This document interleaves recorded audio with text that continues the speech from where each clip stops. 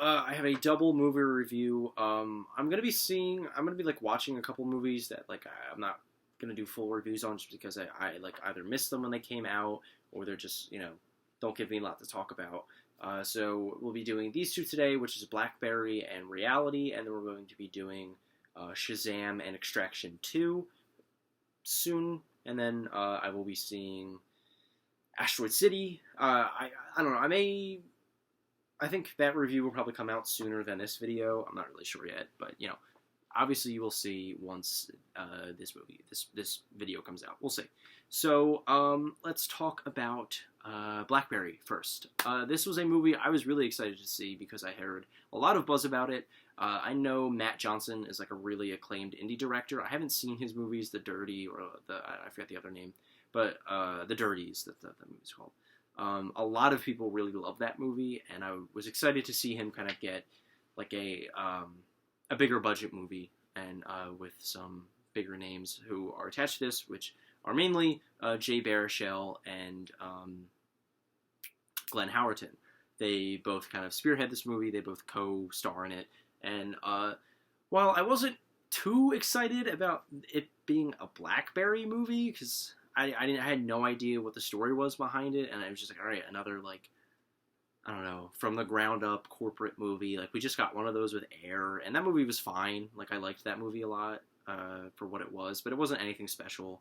And I don't know if I was ready for this to become a trend, but honestly, Blackberry took me by surprise. I ended up really loving this thing. It was great. It was wonderfully paced, excellently written, and very well acted and directed. This is a kind of movie that kind of rivals something like Steve Jobs, or was it called Jobs? I don't remember. The one with Michael Fassbender in it. That it was very tightly paced for a 2-hour movie. It is right to the point and trims all the fat and like the faux inspirational crap. Like it definitely plays to a more darker side, if that makes sense, or like more bleak side of like corporate tech companies and how like the grassroots thing isn't really I don't know, isn't all it's all cracked up to be. And there's a lot of corruption and shady stuff going on behind the scenes, and I really liked how this movie went there and how it didn't shy away from the shady business practices of a lot of tech companies. And two things I really have to point out are both Jay Baruchel and Glenn Howerton. They both deserve an Oscar for their performances in this movie. I've always loved both of them so much, and I feel like Glenn Howerton doesn't have to prove himself anymore. Like, he's a great actor. He always has been a great actor. Everybody's loved him in It's Always Sunny and then AP Bio. He's a phenomenal actor. We all know that. But with Jay Baruchel, I feel like I've been one of those people that's always been like, yeah, he's great. And people are like, yeah, he's good in, like, How to Train Your Dragon, but, like, what else has he been in? What real, like, I guess dramatic work has he done? This movie is that performance. Like, this is the kind of movie that redefines somebody's career, because this performance is so good. He is phenomenal in this role, and I really, really loved his work in this movie. He has a lot of range, and I like how they always keep him like super anxious, and no matter what's going on, you're thinking his character is trying to think 8 steps ahead. And he worked really, really well off of Glenn Howerton's really intense and in-your-face like businessman performance. So both of them did a phenomenal job. They're like the main draws of this movie. Matt Johnson himself also had a really good performance as Doug. I really liked his comedic parts and how he was just a really likable dude all throughout the movie.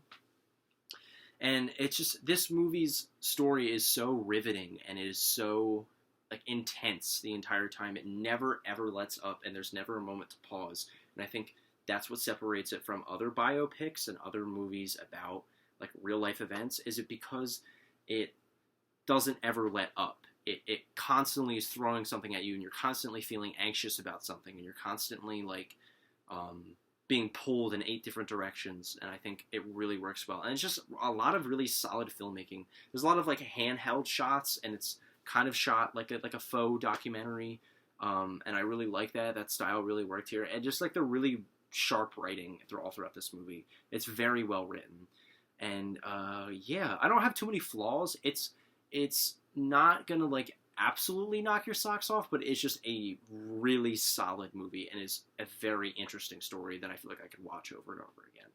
So I'm going to give Blackberry a really strong A-. This was one of my favorite movies of the year. I really, really enjoyed it. The next movie we're going to be talking about is Reality, starring Sydney Sweeney.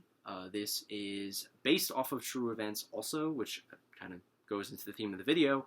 But this took a more interesting approach.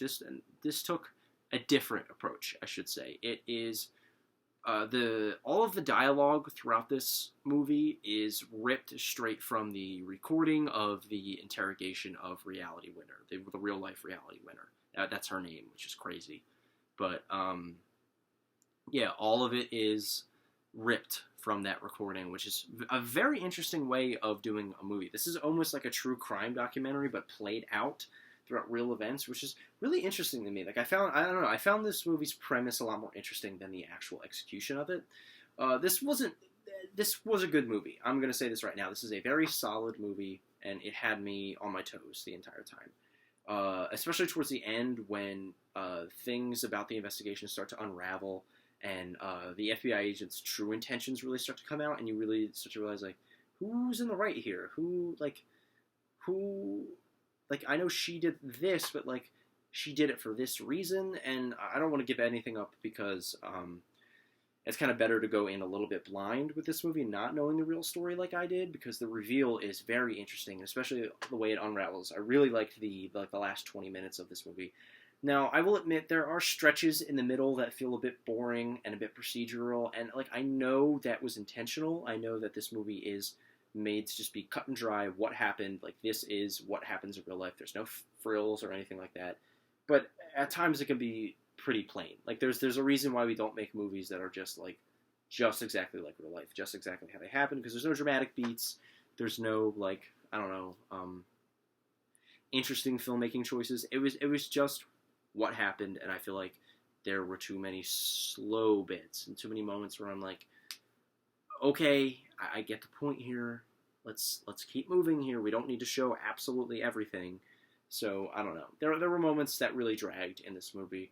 I do have to give credit to Sydney Sweeney. You know, a lot of people think she can't act. I never was one of those people, but she gave a really good performance in this movie. The supporting cast all gave really good performances. This was just a really solid thriller that I think will get you thinking after watching it. Like, I feel like you'll really get a lot out of this, more so after the fact than when actually watching it. So it's still a solid movie. I still really liked it. I'm going to give Reality a B.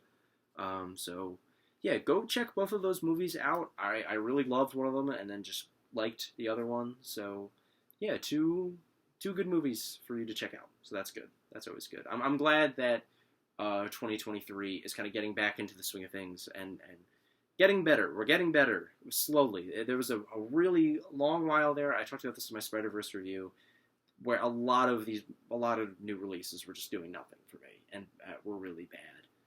But yeah, we're starting to pick things back up. What did you guys think of Blackberry and Reality? Did you see them? Are you looking forward to seeing them? Let me know in the comments, and I will see you guys with the next review.